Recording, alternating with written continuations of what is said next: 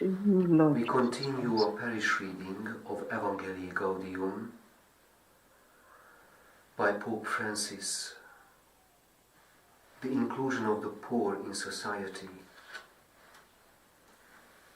Paragraph 186.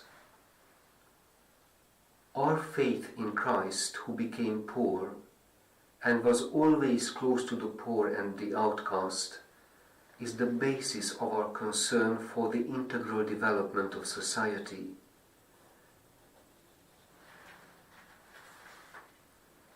In union with God, we hear a plea.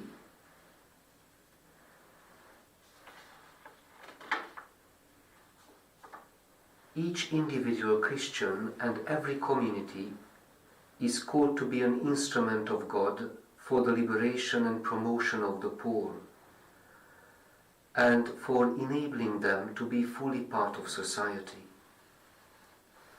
This demands that we be docile and attentive to the cry of the poor and to come to their aid. A mere glance at the Scriptures is enough to make us see how our gracious Father wants to hear the cry of the poor. I have observed the misery of my people who are in Egypt. I have heard their cry on account of their taskmakers. Indeed, I know their sufferings, and I have come down to deliver them, so I will send you. We also see how he is concerned for their needs. When the Israelites cried out to the Lord raised up for them a deliverer.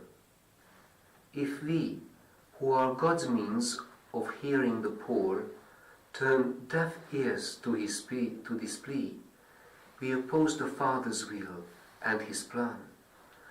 The poor person might cry to the Lord against you, and you would incur guilt.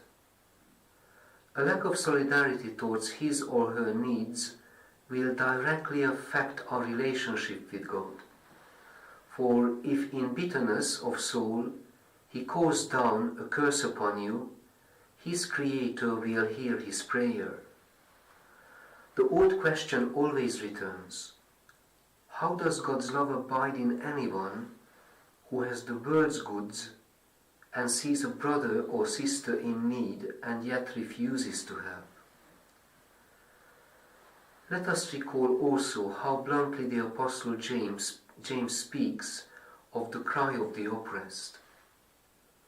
The wages of the laborers who moved your fields, which you kept back by fraud, cry out, and the cries of the harvesters have reached the ears of the Lord of hosts. Here ends our third reading.